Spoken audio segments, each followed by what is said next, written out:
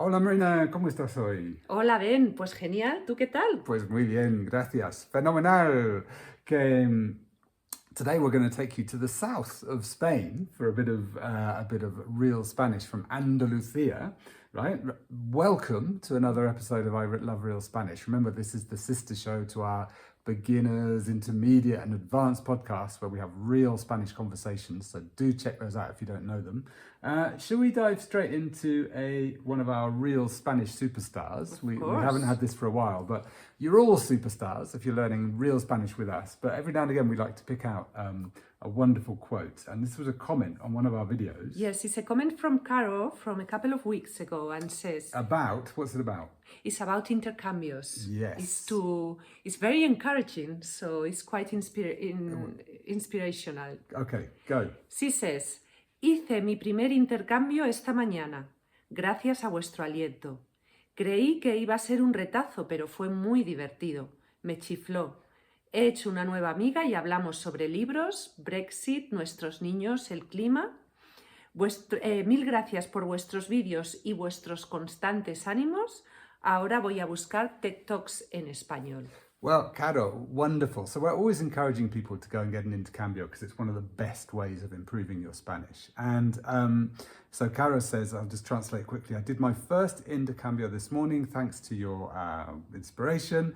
I thought it was going to be un retazo, which means a big challenge. Great bit of real Spanish there. But it was muy divertido, great fun. Another bit of great real Spanish, me chifló, which means kind of... I loved it. I loved every minute of it. It was amazing. Yes. Yeah, so fantastic real Spanish here by Caro.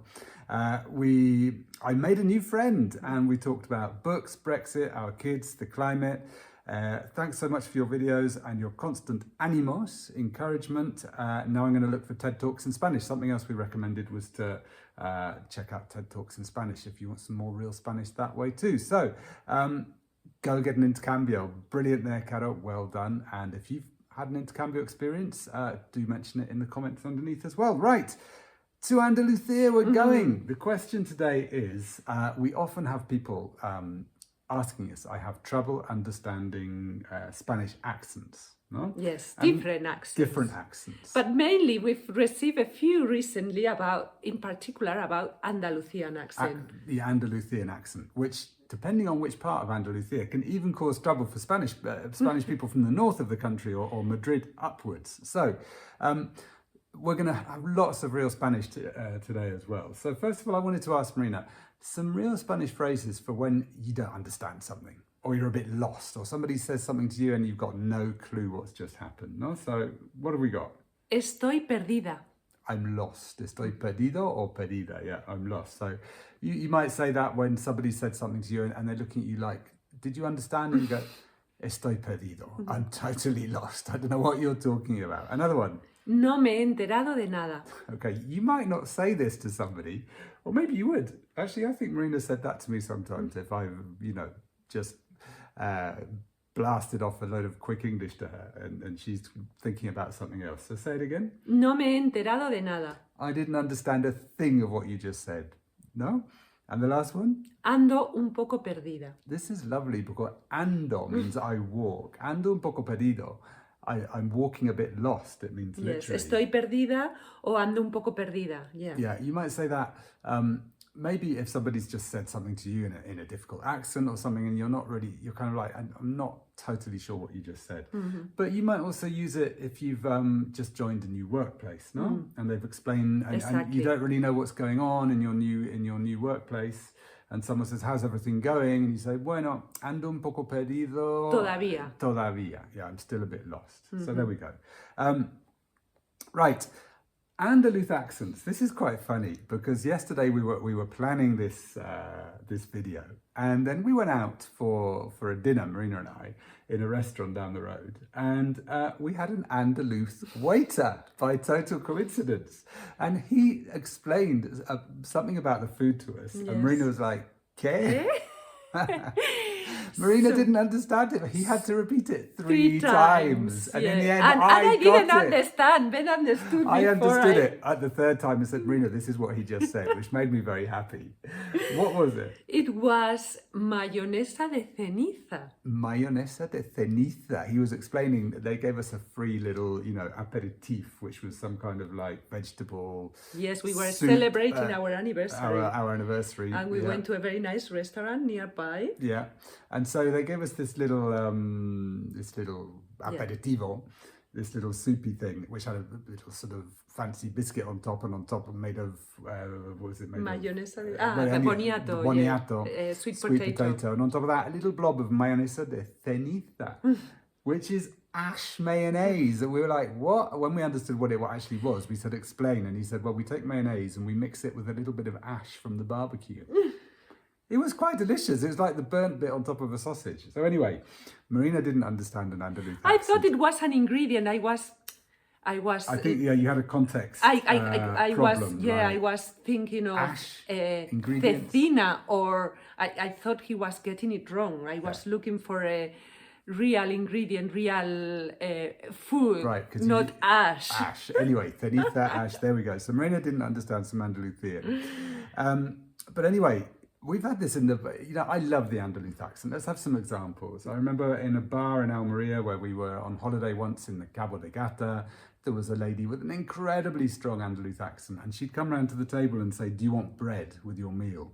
And instead of saying, ¿quieres pan? Like they say in Madrid, she would say, ¿Quiere pan? ¿Quiere pan? Pa. So ¿Quiere you got pan? instead of pan.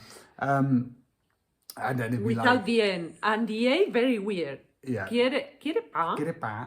So that's one example. If two beers in Madrid is dos cervezas, and in Andalusia it would be Dos cervezas. dos cervezas, without, no Dos S. cerveza. No S on the dos, no S on the cervezas. Thank you in Madrid, Gracias. in Seville. Gracias. Exactly. So, that's the accent. It's very peculiar. And if you go that further you go, if you go to Cádiz or Huelva, it gets really thick and it's very hard to understand, no? So, Or Almeria. Almeria is quite strong. Strong too. We're going to get on to some more real Spanish in a minute. We're kind of connected with this, but so techniques, Marina, for understanding difficult accents, whether it's Andalusian, whether it's, some jerga, some slang from a barrio in Argentina, something like that. Yes. What can we do? Yes, well, one of the main things would be to improve your base Spanish listening, because that will give you the tools to understand funny words like ceniza related to food.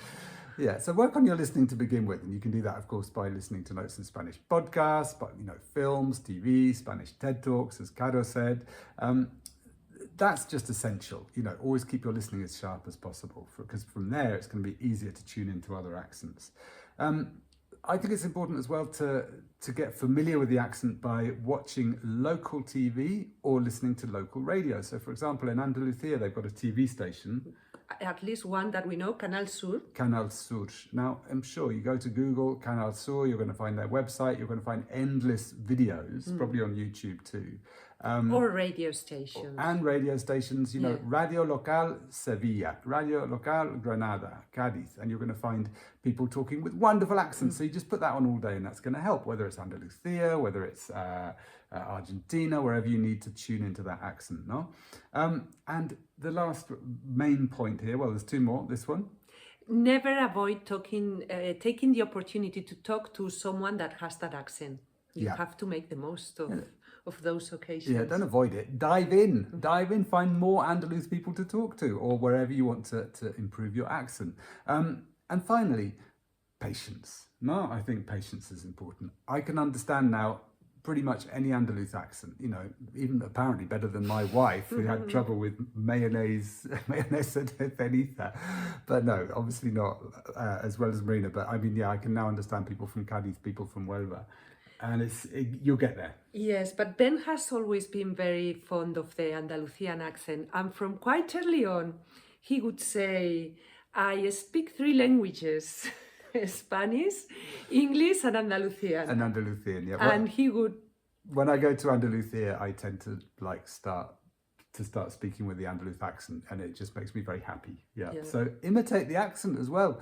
You know, if you want just to yourself in the bathroom, just speak like that, and you'll start understanding it better. You really get into it like that. Yeah. We're going to move to food.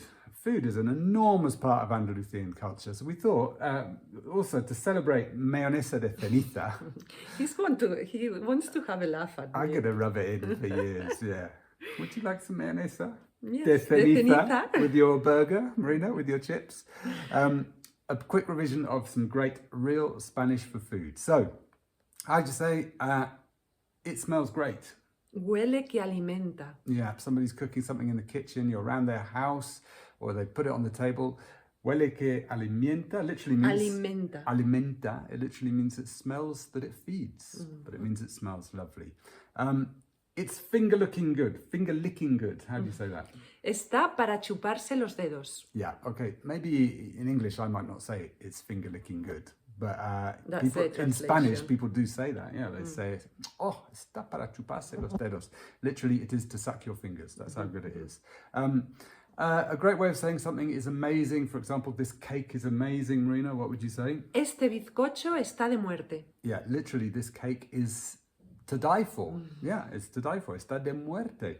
And finally, we're going to look at the word repetir and a more extreme version. Yes. So if you like something and you want second helpings in Spanish, you say... ¿Puedo repetir, por favor? Yeah, can I have a second helping, please? Literally, can I repeat? But there's a more extreme version. When you really like something, after you've repetido, what do? ¿Puedo tripitir, por favor? Kids say that. Yeah, kids say that. So repetir and three of three, tripitir. Tripitir. So, for example... El pavo está tan bueno que voy a tripitir. Yeah, this turkey is so good that I am going to have a third helping. Okay, Marina, what can people tell us today in the comments? Yes, please tell us about any win that you have recently, any accomplishment that you've...